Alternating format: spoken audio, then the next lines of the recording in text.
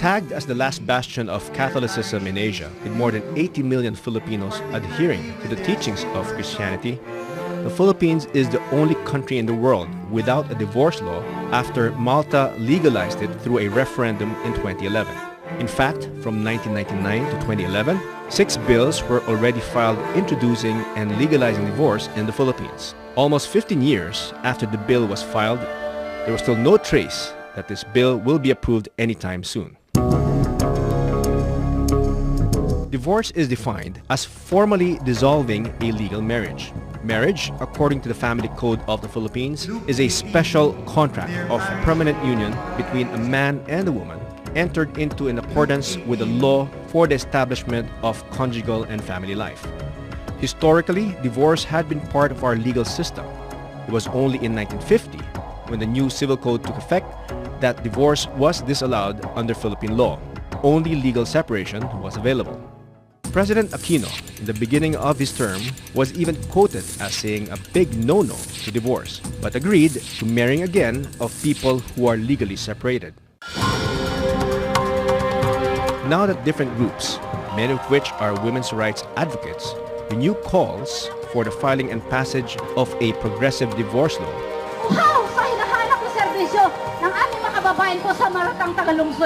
Pro-marriage and pro-life groups believe that divorce is not the answer to problems between couples.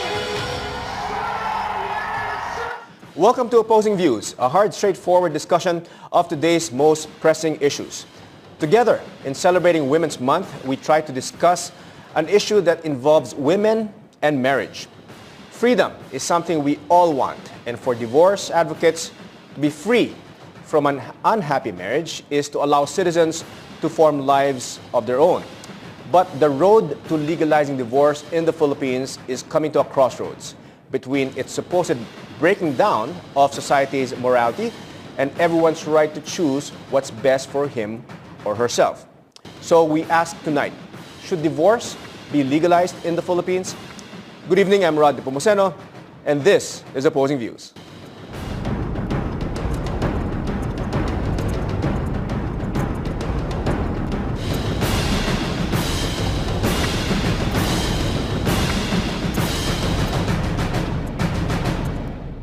Joining us tonight in our discussion is Representative Emmy De Jesus of the Gabriela Party List.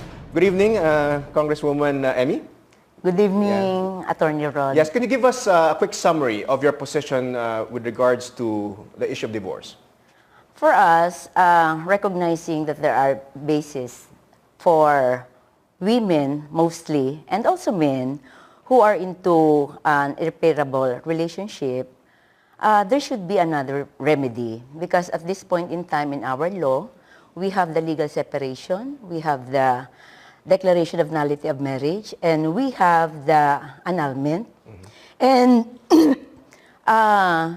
introducing another remedy, which is more in recognition of the changes in a relationship while in marriage, I think can be another option for those who want to get out of an irreparable relationship. Okay, thank you very much, Congresswoman Emmy.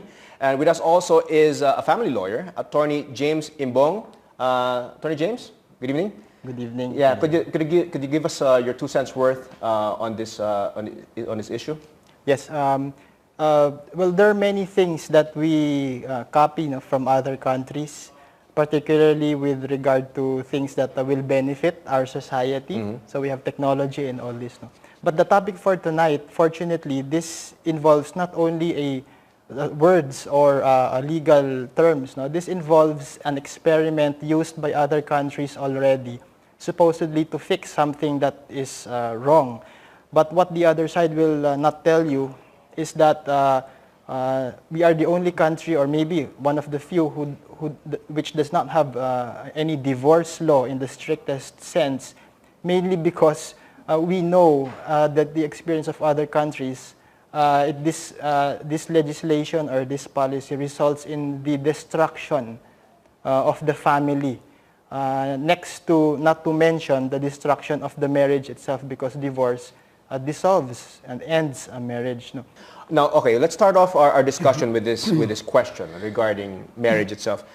Is marriage sacred? I know the Constitution says marriage, or the state recognizes the sanctity of marriage. But maybe we should start our discussion on that note. No? Is marriage sacred? You first, Attorney Mo. Yes, Attorney. Even before the church instituted the sacrament, I'm not a priest, no, but I know that even before the church instituted the sacrament of marriage, which our state recognizes, by the way, okay, marriage has been going on in some certain form, whatever the ceremony is.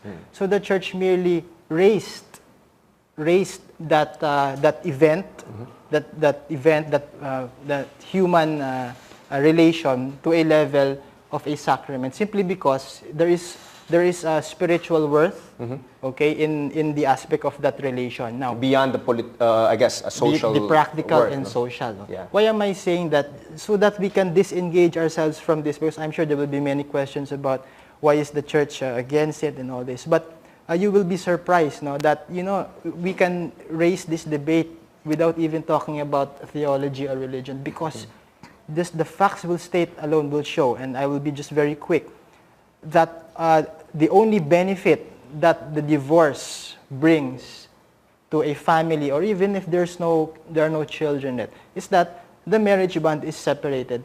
That is it. In fact, there are statistics that the people who remarry after divorcing, these are the ones who pass on whatever stigma they have. So it's as if similar to, let's say, the psychological incapacity. So it's perpetuated, you're saying, that parang after they get divorced, it goes on? Is that what you're saying? Yes, and this is not only with regard to the new spouse or the old spouse, but imagine the effects it has on children. All right. Such that, there have been studies, Attorney, in order to determine the rate of juvenile delinquency. And you know what juvenile delinquency is? Under 18, yes, minors getting into trouble. You know what they look into now? They look at the divorce rate of that state. So if the divorce rate is high, so 99.9% the correlation is there are more juvenile delinquents. All right. Okay, so Ma'am, Congresswoman Emmy, we'll start off this discussion regarding this. Let's start off with the aspect of, or the claim that that marriage is sacred. Do you think that marriage is sacred and therefore should not be dissolved? I think I should again reiterate, we should define what is sacred. No? There should be a context, meaning at this point in time, there are a lot of relationships that are broken because of the economic, political, and cultural situations they are into. So, and one thing also that I would like to put forward is marriage is your right to enter into a contract. And for us, we recognize that if you have the right to enter into a contract, there should be responsibility, there should be definition of what should be the factors in that relationship. And should there be violations of those bases for a relationship, you should have a way of getting out of that relationship, and getting out should not be easy. That's why the right to get out of that contract should be well studied, and recognizing also our culture of how we uphold family. It shouldn't be easy. So you still agree? You still agree it's sacred? It's a sacred institution, and therefore until all the factors that are needed in a healthy, honest, respectful relationship. For me, that defines sanctity. It's not, you just label it as marriage sacred. It's a contract. So what you're saying, if one party is violating the obligations and the duties within that sacred, I guess, relationship, then it no longer becomes sacred. Is that what you're saying? Yes, it is. Because by sanctity, you should recognize the factors that define it. You just don't label things without recognizing realities, especially now. We have so many families, especially OFW families, who were forced to, mothers or fathers who were forced to get out of the country because of the problem of unemployment, and they've been there for like more than 5 years. What family are we talking about? Or unemployed parents of children who are forced to do child labor. These are already existing. So issues of abusive relationships, especially in our culture, that the perpetuation also of dominance of men over women is still the dominant culture. Gabriela, really, in our experience, these are realities. These are realities. So we define this legal remedy, which we are about to refile, by the way, as another remedy. It's another option. Another option, because the existing ones can still be used. And if you are happily married, if you don't have anything against your partner, you have this sanctity of the marriage, why avail of divorce? All right. It's something that... So it's another option. Now, okay, there are people who argue, all right, people who argue that on the basis of morality. They're saying that if we allow divorce, it will be tantamount to the moral breakdown of the Philippines. Your thoughts, Attorney? Yes, Attorney. Let me be clear. No, I'm sure when these surveys or these studies mention about morality, we're talking about secular morality. For example, murder. That's a law. Okay, whatever your religion is, if you kill someone, so we're talking about secular morality here. And what is that? Why is it important to distinguish between secular morality and religious morality? When you say religious morality, you may cite encyclicals, readings of the Pope, or let's say. But with regard to secular morality, we're talking about the natural foundations of relationships. So, for example, where will I get the role model example of a father or a brother? Say for a father, it will be from my father. Of course, we have extended families. Our culture is there, no? But at the end of the day, the daughter gets the example of the mother, no? And remember, the institution of marriage doesn't matter where you live. It's the institution of marriage that sets the foundation for all the values that the children are supposed to learn. That's why they say a home is where the family is. Doesn't matter where you live. That is where the why. family is. So you break. You can live in a really large house with 5 rooms, but if there's no family to live in, your father, you live with your stepfather, stepmother, or your grandparent, automatically, and the studies show, no, the deficiency caused to the upbringing of the children. And when I say children, I'm not just talking about 5 or 6 year olds. I'm even talking about the mature ones who can already think. And when they say, I'm ready to get into a relationship, but I have nothing in the bank to know how I would commit because my father and my mother are divorcees. So what do?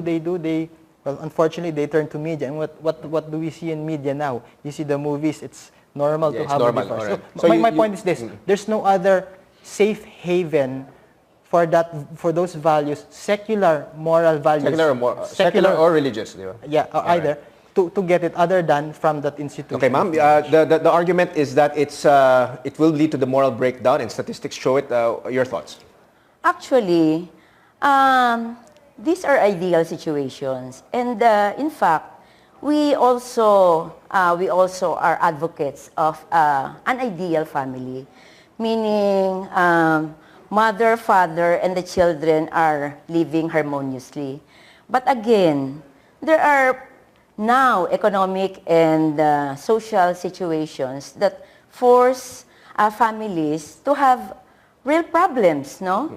So there are fathers who are abusive against their mothers, and when children see this, and as you mentioned, no, the role models of these children, either for women, the mothers, or for the boys, the fathers, if they see how violent the father is, or how bad the relationship is, I think that's for us, that's corrosion of values. You think that's a worse moral breakdown when children see their parents fighting? Definitely, it is. And that's why you're espousing divorce, so that they don't have to see this. Actually, if, again, I would like to reiterate, there are reasons why you have to get out of a relationship. So, and our bill or our proposal is to make sure that the court will see through all the reasons, all the basis, All the justifications why, for divorce. Yeah. why you have to avail of this law. Yeah. Sorry to interrupt you, ma'am, but we need to take a short break. Meanwhile, join the discussions online. Like us on Facebook at facebook.com/solaropposingviews. Follow us also on Twitter at opposing_views. Use the hashtag OVDivorce. More on the issue of divorce when Opposing Views returns. We'll be right back.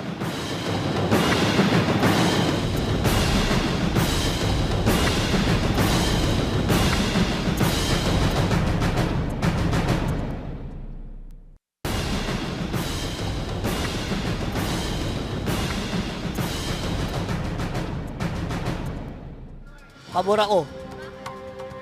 Siyempre, para mapagbigyan yung dapat na, yung kailangan niya, di ba? Para maluwag din siya. Kung halimbawa yung isang babae is na-stuck siya sa relationship kung saan yung husband niya is ina-abuse siya or yun nga, hindi na rin siya nagbe-benefit. Of course, bilang isang babae, kailangan niyang umalis sa relationship na yun. Kasi papayag ka ba na ikaw is kinakawawa ka or under ka? Lalo na ngayon na panahon na ng women empowerment. Mas maganda yun, magkaroon ng divorce sa Pilipinas. Kung mag-asawang kasal, naghihiwalay, mas okay ako, pabor ako doon. Well, for me, no. Because marriage is a contract na eh. Contract yun kay God. So, bakit may break yung contract mo kay God kapag nag-promise ka na hindi mo hiwalayan yung person what you love? I think so, yes.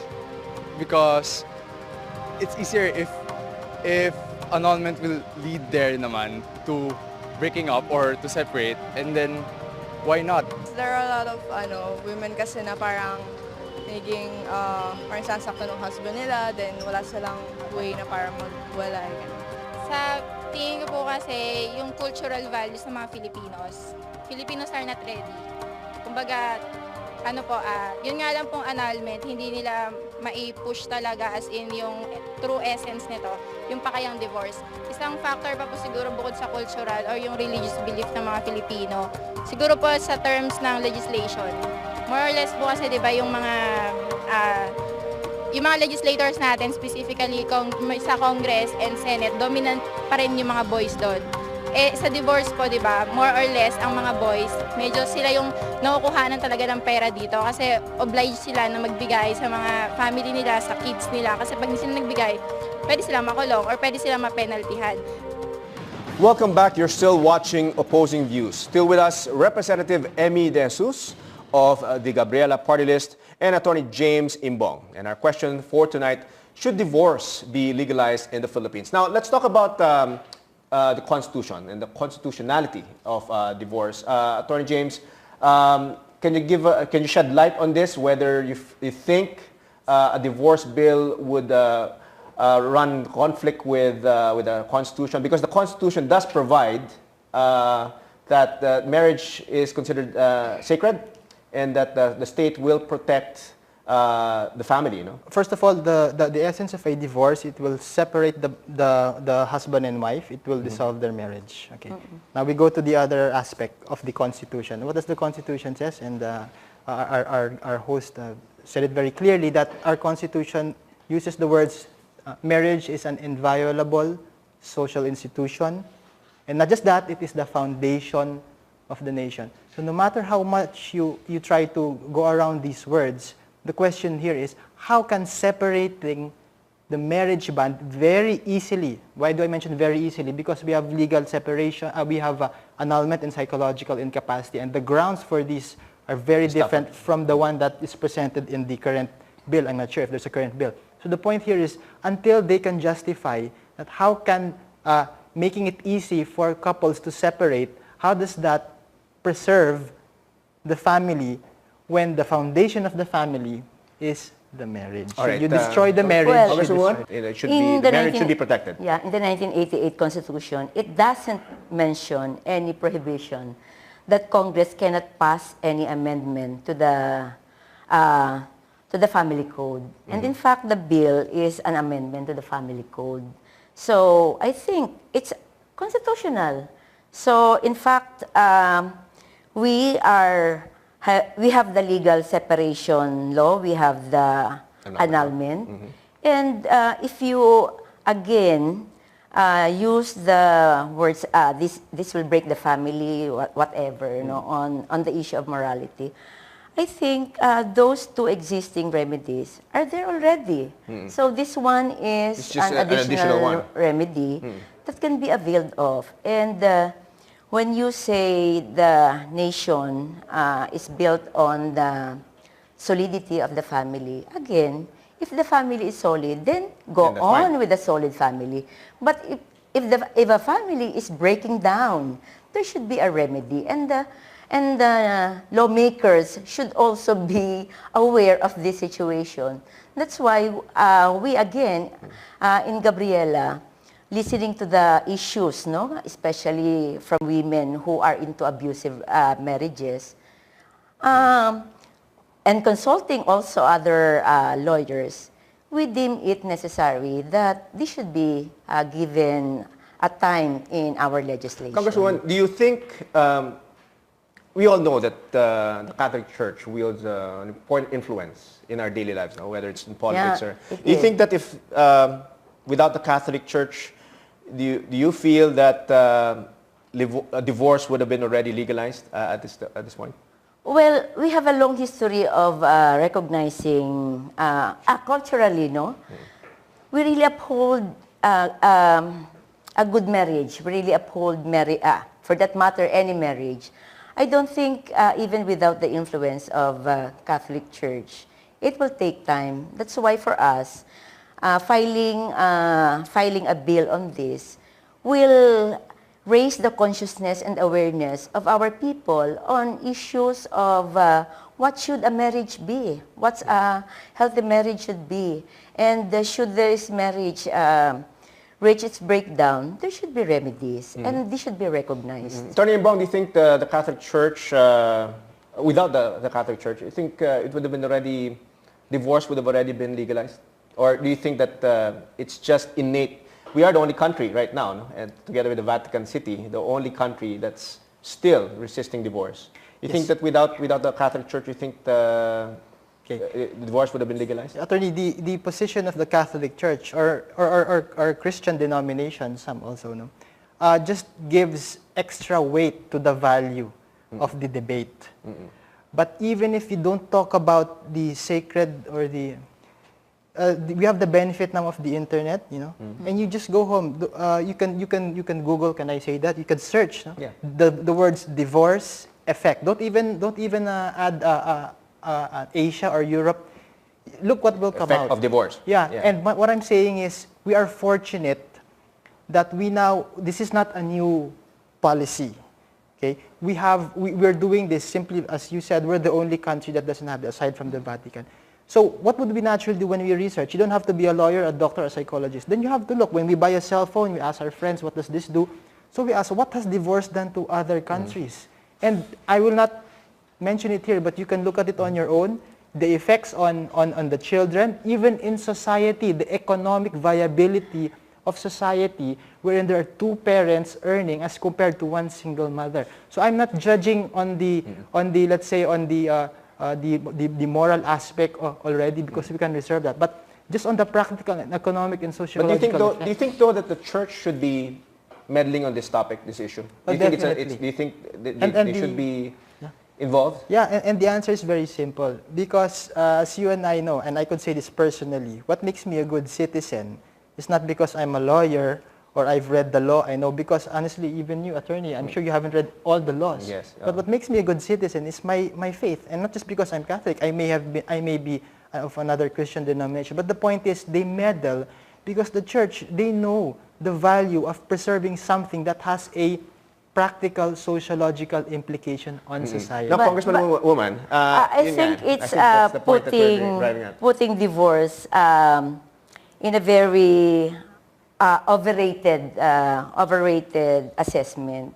If you reduce the situation of other countries and factoring in divorce as one of the factors, I think it's so overrated. For me, at this point in time, the reality should be addressed really. We know for a fact, for example, that the number one problem of our country is poverty, no? Because of the existing policies. And these affect marriages, these affect families. So when this affect families, we should really go into the reasons or on its impact on families. And as I have mentioned, we've talked to relationships that are abusive to women already because of the so many economic and political issues and cultural issues that corrode also the values. Why not recognize? Why not recognize a remedy that will not stigmatize them? That even the government, even the people will say that, okay, we can end your relationship because you are into an abusive relationship. We recognize that and we welcome that. For me, that's a very fluid and smooth transition rather than having stigmatized. Congresswoman, how about the argument regarding preserving the marriage for the sake of the children? Narinig natin yan. Parati natin narinig yan. Of course. For the sake of the children, I know there's been some abuses between the husband and the wife. However, let's think of not just the husband and wife, let's think of the children. What about that argument against divorce? Actually, women whom I have talked to who are advocates also of recognizing irreparable marriages and getting out of that irreparable marriages, they think that the more you maintain that kind of relationship is more detrimental to the psychology and the all the future of the children. Okay, now, Attorney James, the argument of Congresswoman Emmy is that, you know, if you keep that marriage, it'll be worse for the children, you know, and I can see where she's coming from, but on your end, do you think that preserving a marriage, an abusive marriage, just for the sake of the children, do you think that's kind of stretching it? No, the answer is no. Simply because I remember we have other laws that deal with situations, very specific situations. So, for example, protect against abuse, you mean? Yes. So you can get temporary protection. Or just the point is, we know this, and I'm sure Congresswoman pushed for this. Yes, and that's a very good law. But the point is this, okay? There is a problem about husband and wife fighting. The wife is abused. Okay, to put in a remedy that destroys the institution that holds not only the bond, but also the future of the children. Now we have to weigh. If it is all about the children seeing the father slapping the mother, get your TPO. The point is this: we have other remedies in law such that we can still preserve the intention of the Constitution. The Constitution doesn't say if you are beaten by your husband, I'm sorry, but we have to preserve. No, just as you said, Congresswoman. So the point is this: we have to be very, very careful. What is it? What remedy are we giving to the wife or to the husband? But we have to see how other countries have already seen this experience. With regard so should we kill the institution? Should we kill the institution because of an abusive party in a Why contract? not? Why not? Why not? Why suffer or why maintain? Why maintain an institution that perpetuates violence? If there is an abusive relationship, can you imagine seeing your father slapping your mother, and then you will say that you just avail of the anti-vowsy. But if it is already habitual, and even one slap, I think, will impact the child. And of course, as I have mentioned, we are pushing for a no-fault divorce bill. Meaning you really have to study, go to the court, and there should even be an intervention. Meaning an attempt to reconcile them. To reconcile or give or hear both sides. And really study this, no? This is in respect also and in recognition of how we uphold families. But of course, if there is already the dead end, then why not? Yeah. So Attorney Imbong, Attorney James, I mean, in this situation, as mentioned by Congresswoman Emmy, when the institution itself provides kind of a safe haven or haven for the abuser, do you think that divorce should be considered, considering yun nga, because it seems that the institution is now providing the protection for the abuser to continue his abuses? Do you think that no, that's not true. Precisely because we have laws, and I'm not just talking about the vows, you know. We have other RPC crimes that apply also to domestic violence. My point is this, no? If you provide a remedy that will be available to anyone, but they have to comply, just the thought that there is a remedy that would allow them to easily dissolve the marriage, that already imperils the foundation of the family and the inviolability. It's like, just 10 seconds, it's like, you know, in the circus when they do the tightrope, they won't do that if there's no net under. So they know there's a safety net. They're going to be reckless. Congresswoman Emmy, I have to take a short break. Please stay with us and don't go away. You are watching Opposing Views. We'll be right back.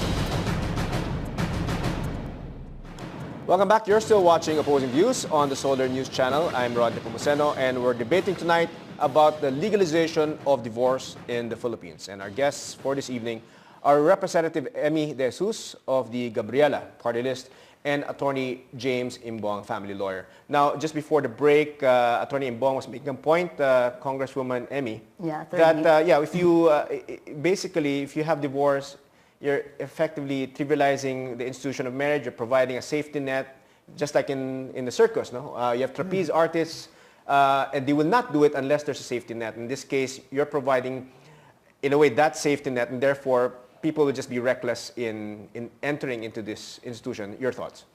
I think before entering into a marriage, an individual really thinks about it. So, regardless if there's divorce or not.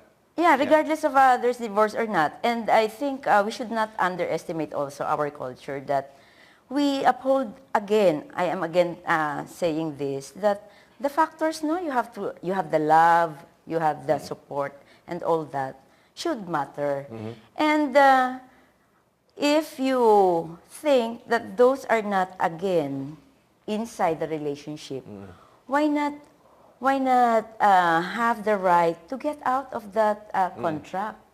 We're just talking here of a contract, and which is recognized, and we think that this should be responsibly used. I think before entering a marriage, we use our intelligence, our emotions. Okay, take off from that. We want to get out. Take off from that point, no? Use our intelligence and emotions. Yes. Taking off from that point of Congresswoman Emmy, Attorney James, some things don't really work out in life, whether in life or in law. And it happens in contracts. Sometimes even multinational companies enter into the big contracts, multi-billion contracts. Things don't work out, and they end up divorcing in a way. Well, I'm using that in a loose sense. Congresswoman Emmy pointed out that this is a contract, and therefore the party should be able to dissolve that contract. So your thoughts on that? You know, if they have irreconcilable differences, they should be able to. Attorney. Yeah, the answer there is very simple, no? And this is my chance to correct the honorable Congresswoman. Marriage is not only a contract. The Constitution did not stop there. In fact, the Family Code mentions that it is a special contract. So what does this mean? The state has an interest. The state recognizes the abuses. It has laws to counter that. But nonetheless, because the state is a stakeholder in the foundation. Oh, by the way, I'm sorry. If we will backtrack, the family is the foundation of the nation. Marriage is the foundation of the family. So when you destroy the institution of marriage, you weaken the family and you produce future citizens who have no strong foundational standpoint on how to be good citizens. And as we know now, other than the family, where will you place your children? In front of the television, media? Actually, attorney, we have now families without the benefit of marriage. How do you appreciate that? We should also recognize that, and there are single parents, no? And don't you think we should also call them families, because a single parent with the support of his or her mother or other relatives, I think we should also appreciate that as families, because these are the realities of recognize them as families. No? As families, you just don't label things dogmatically, but I think realistically at this point in time, again, we have so many families that are, you know, existing harmoniously even without the benefit of marriage. That's why you don't say that the state upholds family. Marriage is the foundation of family. And without the marriage or dissolving a marriage will break down a family. I don't think that's the end all of family, no?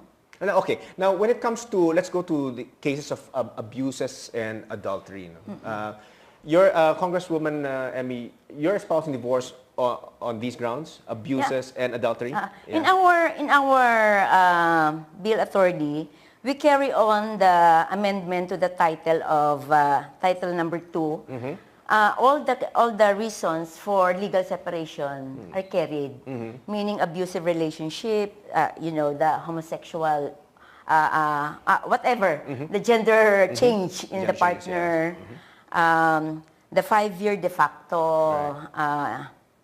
facto separation, and all that, no? So there should be basis. I think the bottom line is there should be basis, and this basis should be studied by the court. So you really would be going through a process. That's why this is what makes the bill different from the existing laws of other countries. Okay. Now, Attorney James, there are situations in a marriage, let's face it, the current law that we have, annulment, for example, it talks about a defect during the time of marriage. But there are situations, as pointed out by by Congresswoman Emmy, that there are changes during the marriage. You know, abuses and adultery are two of those changes that happen during the marriage. It didn't happen at the time of marriage. And so, and that's the reason why, and that's those are the two grounds that are justifying divorce. So, your thoughts on that? Because there are things talaga that happen during the marriage, and therefore, don't you think it's kind of unfair to let the woman get stuck in that marriage on account of this post-marriage circumstances? Yeah, you know, the best way to answer that is, for example, how many people suffer health or accidents from the things we use every day, cars or crossing the street, whatever. But we don't ban cars. What do? We put extra safety nets, more airbags. You know, we have rules, speed limits, and all these.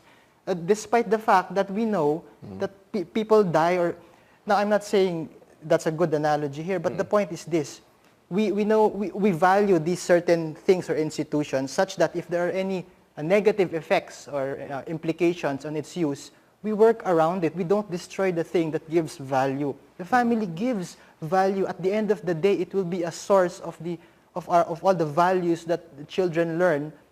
Children, even parents, remember there will be future parents. So if you have a child from a divorced family, most probably, unless they get the best counsel from their guardian, they will think that commitment is there's nothing such as commitment, but because they'll be divorced. Bong, I think you don't just reduce getting good values into marriage. And you should define what marriage should be.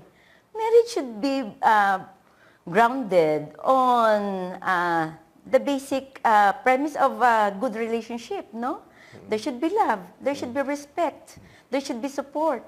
You just don't take marriage as a label. As a concept. No? As a concept. Rather. It should be dynamic. All right. It should be dynamic. So when you say marriage, it should be healthy. It should have all the good factors that make a healthy relationship. Right. All right, need to cut you short again, Congresswoman Emmy. We need to take a short break. When we return, the result of our online poll and the final words of our guests. Please stay with us. This is Opposing Views.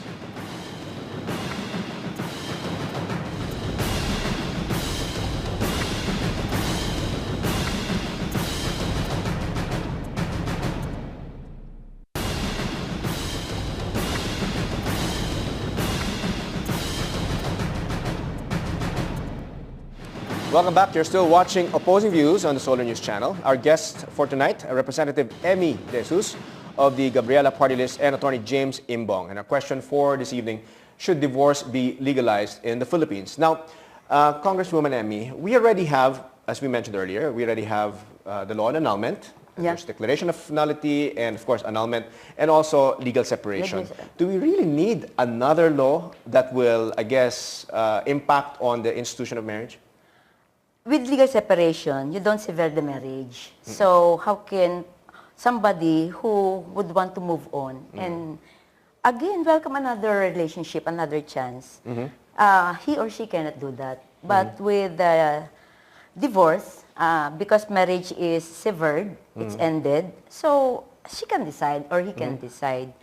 With declaration of nullity, no, of a void marriage, I think it's easier, no? Kasi all the reasons naman, without the requirement of a marriage, it's easier to declare nullity.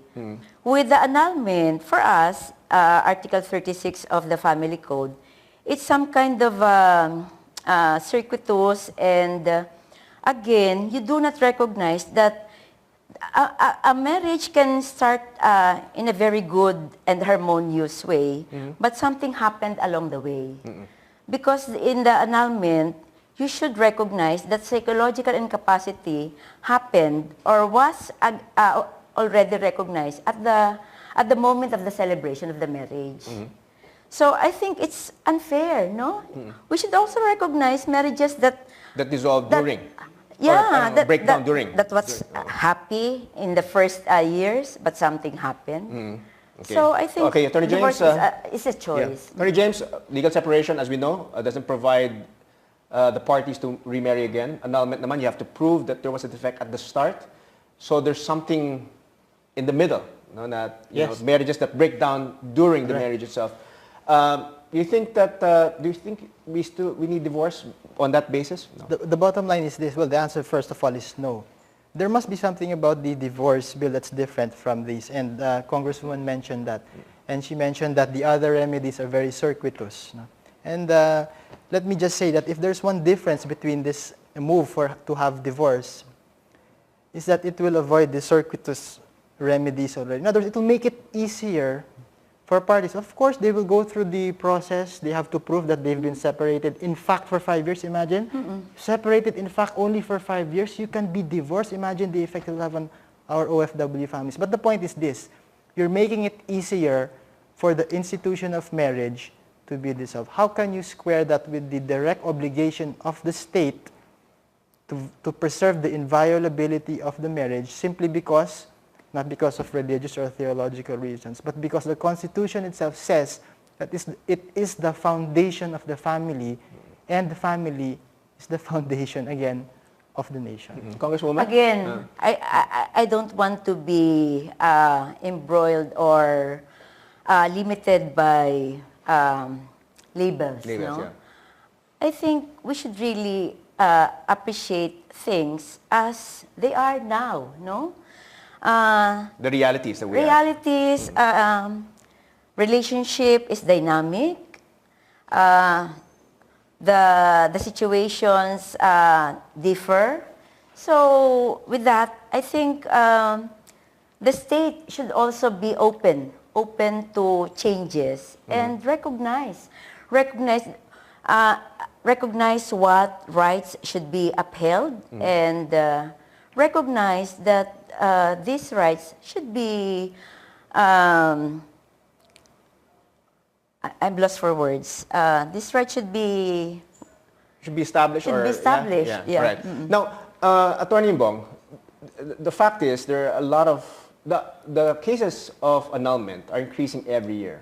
And I think, and one of the critiques of the family code is that annulment is an expensive process. And there are people who are arguing that with divorce, because I guess it's easier to prove, it should be a cheaper process, and therefore, from an economic standpoint, we should provide this option. Your thoughts on that?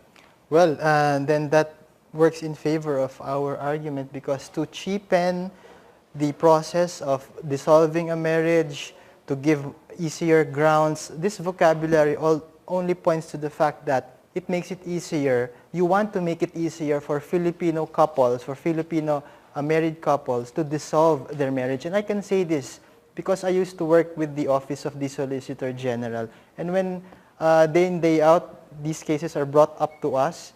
And I can say that most of the cases on annulment are about Article 36 on psychological incapacity. Yeah. Most of so if you notice, you really have to prove that there is some psychological defect on one of the parties. And why does the state do this? Again, because there is a value given by the state as a stakeholder for having being the foundation of the nation. It has a stake, so it has to go to this, such that if you make it easier, the state is actually giving away on that on the value that it gives on marriage. But again, I think the psychological incapacity is again recognized by the law as happening during the time of celebration. I think that's so unfair, no? Kasi you can be happy for the first years, and you don't know the defect at the time, no? Yes. All right, we have a couple of minutes left. Congresswoman Emmy, would you like to give us your parting words on this issue, on this topic? For Gabriela Women's Party, pushing for legislation is, for us, is a venue, no, to raise the consciousness of our people, the public, on the issue of what marriage should be. And when we say what marriage should be, we should also recognize what's the realities, the whole structure of our society now. We should consider the economic, political, and cultural changes that we have now. And pushing for a remedy, legal remedy to an abusive or irreparable marriage, for us should be given and should be provided for those who are in need. And if you are into a happy relationship, you don't have to use this. Just like you are. Of course. All right. Thank you very much, Congresswoman Emmy. Thank you, Attorney James Imbong, your final words? Yes, I'll just repeat what I mentioned in my opening statement. There are things that we can borrow or adopt from other countries because it's advanced or something. But when it comes to policies that have a very deep implication, not only on technology, but on our values. Imagine we're the only country left, and there must be a reason why we value marriage. In fact, let me just say that calm seas don't make a good sailor. You know, what I'm saying is, that the best counselors, marriage counselors that you have now, and as a family lawyer, I refer to them when I mediate between couples. These are the couples who have chosen to fight it out and work it out. If you make it easy for marriages to be dissolved through divorce, you're actually weakening the institution itself, which the state already values. All right. So thank you very much. Thank you to our guests, of course, Representative Emmy De Jesus of the Gabriela Party List, and Attorney James Imbong, one of the renowned family lawyers. Now let's see the result of our online poll on the issue. Our question: should divorce be legalized in the Philippines? Those who answered no, 60%. Those who answered yes, 40%. And that's our opposing views for tonight. Tune in again next week for another bold and engaging discussion on today's most relevant issues. I'm Rodney Pomuceno. Good night and God bless.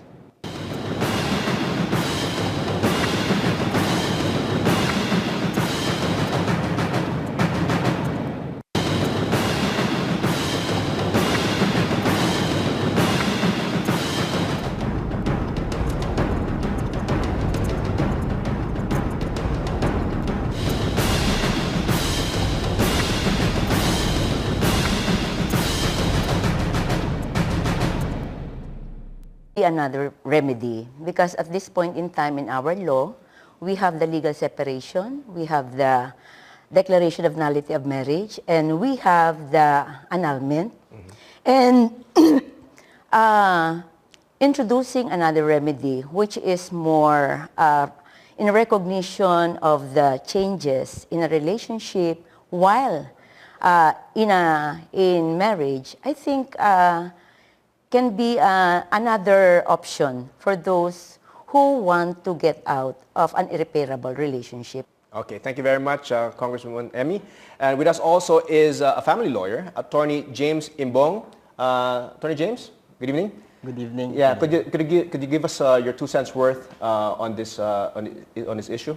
Yes. Well, there are many things that we copy from other countries, particularly with regard to things that will benefit our society. So we have technology and all this. No? But the topic for tonight, fortunately, this involves not only. But the road to legalizing divorce in the Philippines is coming to a crossroads between its supposed breaking down of society's morality and everyone's right to choose what's best for him or herself. So we ask tonight, should divorce be legalized in the Philippines? Good evening, I'm Rod Nepomuceno, and this is Opposing Views.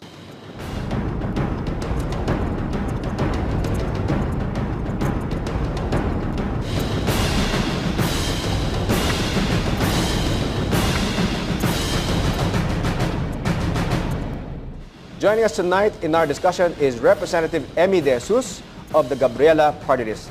Good evening, Congresswoman Emmy. Good evening, Attorney Rod. Yes, can you give us a quick summary of your position with regards to the issue of divorce? For us, recognizing that there are bases for women mostly, and also men, who are into an irreparable relationship, there should be 50 when the new civil code took effect that divorce was disallowed under Philippine law. Only legal separation was available. President Aquino, in the beginning of his term, was even quoted as saying a big no-no to divorce, but agreed to marrying again of people who are legally separated. Now that different groups, many of which are women's rights advocates, renew calls for the filing and passage of a progressive divorce law,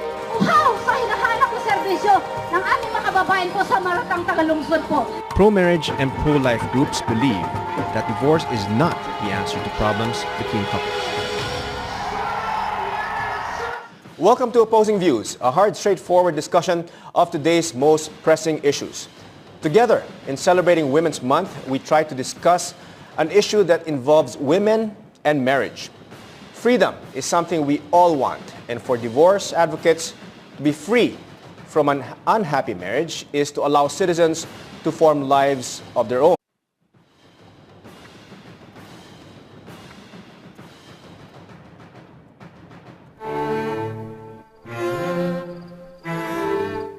Tagged as the last bastion of Catholicism in Asia, with more than 80 million Filipinos adhering to the teachings of Christianity, the Philippines is the only country in the world without a divorce law after Malta legalized it through a referendum in 2011. In fact, from 1999 to 2011, 6 bills were already filed introducing and legalizing divorce in the Philippines. Almost 15 years after the bill was filed, there was still no trace that this bill will be approved anytime soon. Divorce is defined as formally dissolving a legal marriage. Marriage, according to the Family Code of the Philippines, is a special contract of permanent union between a man and a woman entered into in accordance with the law for the establishment of conjugal and family life. Historically, divorce had been part of our legal system. It was only in 1940. Only words or legal terms. No? This involves an experiment used by other countries already, supposedly to fix something that is wrong.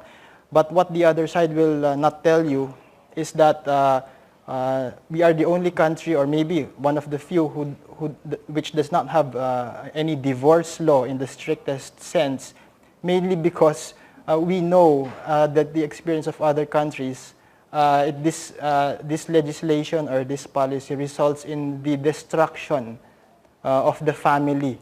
Next to, not to mention the destruction of the marriage itself, because divorce dissolves and ends a marriage. No? Now, okay, let's start off our discussion with this question regarding marriage itself. Is marriage sacred? I know the Constitution says marriage, or the state recognizes the sanctity of marriage, but maybe we should start our discussion on that note. No? Is marriage sacred? You first, Attorney Mo. Yes.